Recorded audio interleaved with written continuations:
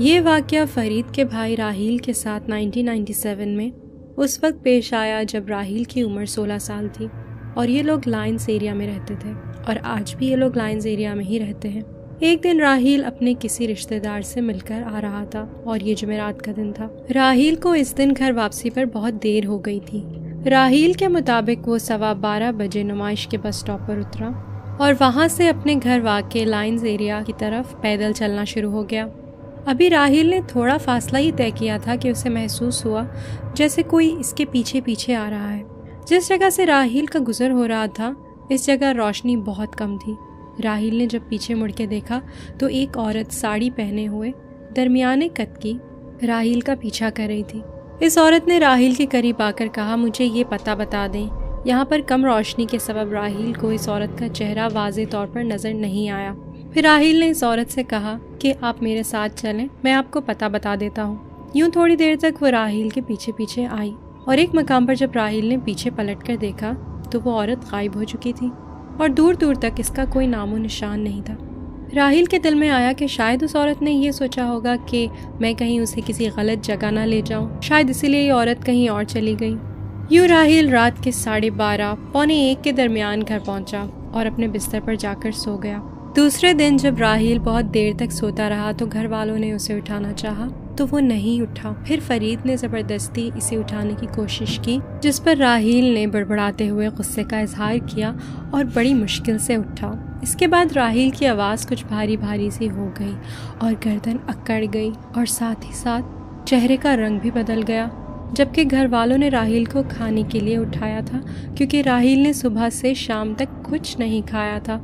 उठने के बाद भी राहील ने खाना सही से नहीं खाया। पहले तो घर वाले समझे कि राहील नखरे दिखा रहा है या फिर मजाक कर रहा है, मगर सब उस वक्त सकते में आ गए जब राहील अजीब व गरीब हरकतें और अजीब अजीब सी बातें करने लगा।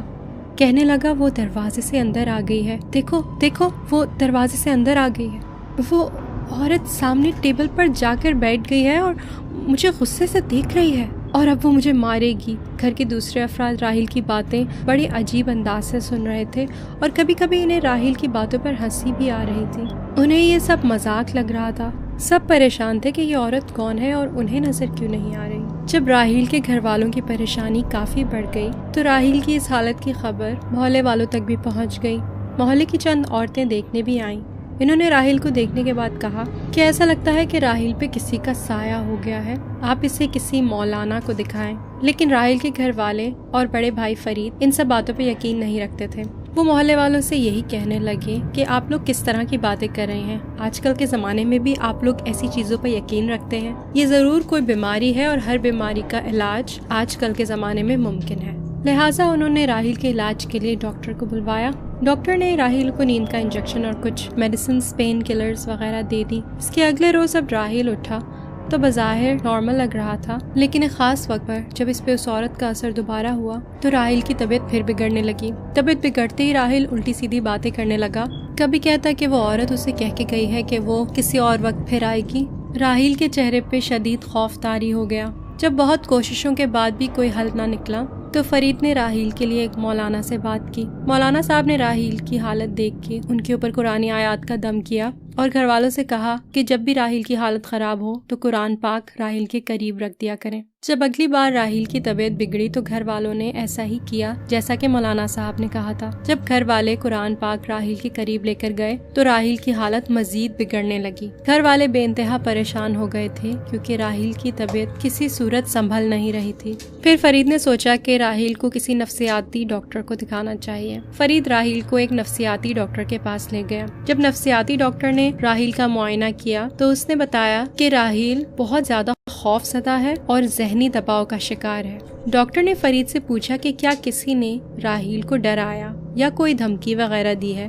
डॉक्टर की बात तो बिल्कुल सही थी कि राहील बहुत ज्यादा खौफज़दा जरूर था, लेकिन जिस पुरअसरार शय के सबब राहील पर खौफ तारी था उस खुफिया शय तक डॉक्टर की रसाई और इलाज मुमकिन नहीं था।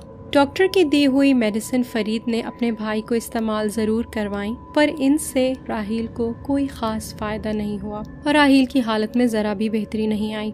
ये इस खानदान की खुशकिस्मती थी कि फरीद की एक ऐसे शख्स से मुलाकात हो गई जो इस किस्म का इल्म रखते थे, जिसकी बदौलत इन पर असरात और शय से आगाही हो जाती थी। और जब वो साहब फरीद के साथ घर आए और राहील को देखा तो उन्हें अंदाजा हो गया कि राहील के ऊपर बहुत ही खतरनाक असरात हैं। इन साहब ने राहील का इलाज शुरू किया। इस तरह एक रोज राहील ने अपने भाई फरीद से कहा कि वो औरत आई थी और कहकर गई है कि 5 बजे आएगी। राहील ने इन साहब से फौरन राब्ता करते हुए बता दिया कि राहील ने ये कहा है। इन साहब ने फरीद से कहा कि जब वो औरत आए तो मुझे बुला लेना।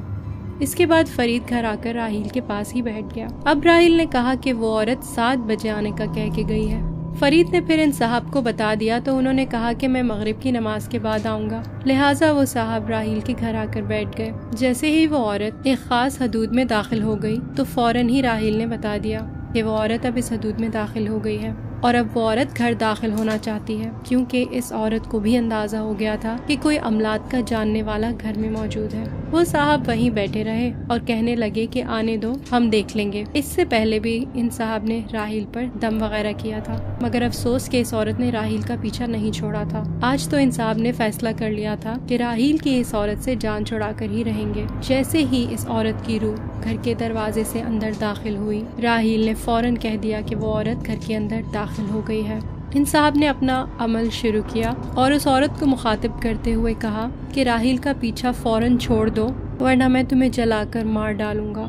यूं इन साहब ने बहुत देर तक इस औरत से बातचीत करके वादा लिया कि वो राहील को दोबारा तंग नहीं करेगी। उस औरत ने कहा कि ठीक है, वो राहील का पीछा छोड़ देगी, मगर शर्त ये है कि दरख्त के नीचे एक जगह है, उससे इन लोगों को साफ करना होगा। ये कह के वो औरत चली गई। जब राहील अपने होश में आया और नॉर्मल हुआ तो फरीद ने राहील से उस रोज होने वाली तमाम बातें मालूम की कि वो किस जगह उतरा, किस किस जगह से गुजरा और एग्जैक्टली उस रात को उसने क्या किया। जिस पर राहील ने अपने साथ उस रात होने वाली तमाम बातें बताईं और एक बात उसने ये बोली कि थक के उस रात में एक दरख्त के नीचे बैठा था और मेरे पास जितना कचरा था वो कचरा मैंने उस जगह फेंक दिया था। फिर फरीद ने राहील से कहा कि मुझे उस जगह लेकर चलो। जब अगले रोज फरीद इस मकाम की शनाख्त करने के लिए राहील के साथ गया तो वो जगह पहले से भी बहुत गंदी लग रही थी। खैर फरीद ने इस जगह पर और मिट्टी वगैरह डालकर एक थोड़ी ऊंची जगह सी बना दी और पानी वगैरह छिड़क कर अगरबत्ती जला दी और फिर घर वापस आ गया। इसके बाद वो औरत फिर कभी राहील को तंग करने नहीं आई। इस तरह फरीद और इनके घर वालों ने राहील की इस पुरस्कार कैफियत के साथ अपने 10 रोज इंतहाई कर्ब के आलम में गुजारे, जिन्हें ये लोग आज तक नहीं भूल पाए।